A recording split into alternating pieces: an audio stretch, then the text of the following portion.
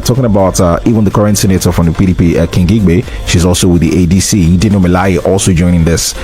Rotimi Amechi also with this movement. A lot of people, but them coming in, the new structure on ground with the ADC. Who this is a structure now to go and look to rush to power from the APC in 2027. But it looks like there are a few cracks. There are current members of the ADC who are unhappy with this. For example, there are presidential candidates in the last election. There may be Atiku is unhappy with the takeover. He calls it a takeover, and he seems to think that Owonsu, who was there to facilitate this, had no ground to actually facilitate this move, because Owonsu stopped being the chairman in 2022. There's been a wrestle for the chairmanship of this party for a while. It looks like things are already unsettling even before it's starting at the ADC. So the question is, how many times have we seen this before? So this is a movie we've all watched before. Yeah. So there's nothing new about it. It happened with Labour Party, currently happened with SDP, when they thought that SDP was going to be the special purpose vehicle, and turns out that it wasn't. And I think we're also going to see similar issues play out with the ADC. So congratulations to those who feel that this new party is, the vehicle that they need to deliver on their mandates in 2027. I'll describe them as a mixture of former friends of Mr. Tinubu and a mixture of people with aspirations who know that their purposes are best served when they come together. Now, this does not in any way indicate that this is for Nigeria's interest. These are all a group of people who want to chase their interest. Now, because the whole question is, what's the long-term future? Does it have a long-term future? And I can tell you, yes, they will trudge towards the polls, but they will also have internal issues, because remember, they've taken over a party. The people who were in the party before will have issues like Kachuku is saying that, no, this is basically a hostile takeover, and I think he will be funded to fight them. We're going to be seeing court cases. Now, between the candidates themselves, you have a Peter Obi who has a massive base. I was going to go there. It feels like the elephant in the room has not been addressed yet. Fine, we're all here. Well, with the ADC, we've heard rhetorics about them coming to unseat power and bring back Nigeria. The economy is in shambles. There's a lot of talk. But the elephant in the room, el-rufai, he's not in presidential ambition. Peter Obi, nothing presidential ambition. Atiku also. Obi had to leave the PDP to the LP because of that issue, because he wanted to stay away from Atiku, so actually not a presidential ambition on his own as a center front for a political party. But here they are together. Who is going to be the ticket bearer for this party? I think that's, like you said, the $1 million question. And for Obi to have acceded to this coalition, I think the conversations have probably tilted towards to his favor, because clearly he's commanding a large chunk of the youth population, and Atiku too, he's someone who is a formidable politician, veteran, experienced, and maybe there's some sort of agreement that sees to his benefit. So, but going forward, we might still see wrenches being thrown into the works, meaning that you still have an Amechi, because let's get it clear, this is the turn of the South, right? So you have the Amechis, you have the Obis, you have some of them prominent and eminent people from the South who will feel like, what, we can take a run at this. Now, my question is this: how democratic is the ADC going to be? Now, because we're having this conversation about who is going to be given a ticket, and that's not democracy. Democracy starts with internal party politics. So we go to the polls, everybody express your interest. Whoever wins in the party primaries should be. But I don't think we are going to see that, and I also think that's going to be a major issue, because whoever you give it to, the other people's supporters, have in mind that Atiku might agree to something, but his supporters will feel Obi is not going to carry us along. He also has his own team. So, Atiku, please go. Obi's people will say, no, these people are not. In fact, ideologically, we are disagreed. Yes, they were, co-contestants before, but somehow with the 2023 election, there was a divergence.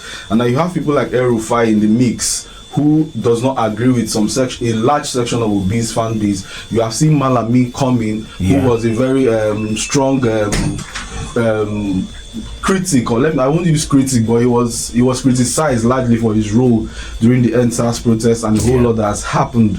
So we are going to see these ideological differences will play out. What's the constitution of ADC? How robust is it to take care of these interests? And I don't think they planned for it. So this is just then another question is, who's going to fund this current entrapment? Atiku, of course, one of his issues with PDP was he was funding the party. Wike hijacked the party, so he's capable of funding the ADC. And we know in Nigeria, he who pays the piper will dictate the tune. Obi too is capable of funding the party. So whoever is now going to pay the bills of ADC is, in quotes, the owner of that party, and he will also want to foist his interest on the people in that party. So we are going to see more cracks, definitely. I mean, judging from that, the analysis you just made now, and also looking at the multiple defection that's been happening lately in APC, do you think the coalition stand a chance in 2027? Definitely, they do stand a chance. All my analysis does not imply that they do not stand a chance. You understand? These are experienced men. Now, I look at APC and I say, what has worked with for APC is everybody knows their place. Now, if this coalition will also define it as such, everybody knows his or her place, whatever has been agreed to is kept. Because the problem with party politics in Nigeria is the agreements not being kept. We agree for one term, we refuse, and you want to do it. Especially GG's case, Goodluck Jonathan's case was a case in point. So if these people will leave, we keep to the agreements that they've made that brought them to the point of a coalition, I think we are going to see a whole lot of egos reigning, because the problem with Nigerian politicians are ego. Everybody wants to play to their own strength. Everybody has their own stronghold, and this coalition is also timely because we've seen Ganduje leave APC, and the report on the street is that it's an attempt to cut Kwankwaso. Now, clearly, the opposition and the coalition is calculating that Mr. Tinubu didn't get a clean sweep at the polls. Labour Party, PDP, if you join their votes together, they will definitely take out APC. So the question is, how effective will they be in deploying their machinery to the polls? And then we have just 2 years to the polls. I'm not saying things cannot be done, but they will need to start getting a whole lot of grassroots support, collapsing structures in it. So the infighting we're even thinking at the national level might actually be at the state level, because I don't think the state executives also resigned. So who's going to control what in each state? So, and those people will be, those infighting will also spill over at the polls. Yeah, when you talk about grassroots support, I was going to go there. A lot of when you look at the Nigerian political climate, grassroots support is a whole lot. It's a large chunk of when it comes to election proper. That is they tend to be very, very vital and pivotal. APC and PDP, they've thrived on that for a long time. ADC, I don't think they have the structures on ground. Granted, we have about 10 former governors on the ADC right now, former senators and ministers coming through.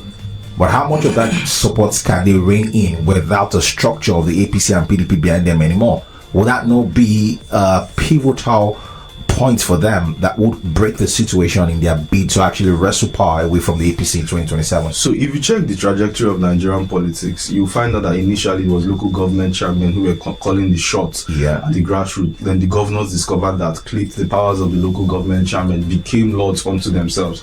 People like Tinubu, who understood how those things work, have also clipped the governors, right? So for instance, the ADC now doesn't have those kind of structures to contend with. They don't have the sitting governor who is going to say, you know what, this is the... So they have an opportunity to actually build from afresh. They do.